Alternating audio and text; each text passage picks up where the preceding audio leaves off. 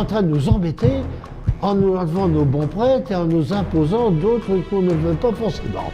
La religion et le curé, c'était leur bon Dieu, comme on disait des fois. Et Dieu, pour sa cause, aura des hommes tant que vivront des Vendéens. Que M. Charette vienne à Machecoul pour commander les défenseurs de la religion. C'était un bel homme qui leur en foutait plein la vue. Ce côté aussi bravache qui avait peur de rien. On dansait aussi avec les paysannes et puis tout, on s'amusait bien. On se battait, mais enfin, ils s'amusaient bien, il y avait cette joie. C'est assez curieux d'ailleurs de rencontrer qu'on dansait, on faisait la fête toute la nuit, et puis le lendemain, on allait à la bataille. Les républicains étaient devenus anthropophages et étaient friands des oreilles qu'ils faisaient griller. Il n'y a plus de Vendée.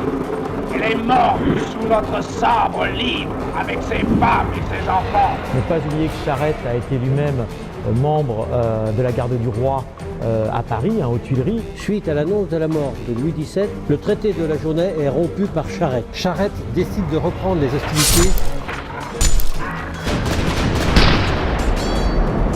Le combat que continuait à mener Charette devenait purement politique. Un pays ne sort pas d'une épreuve à la fois sans en être victime et puis quelquefois ravigoré.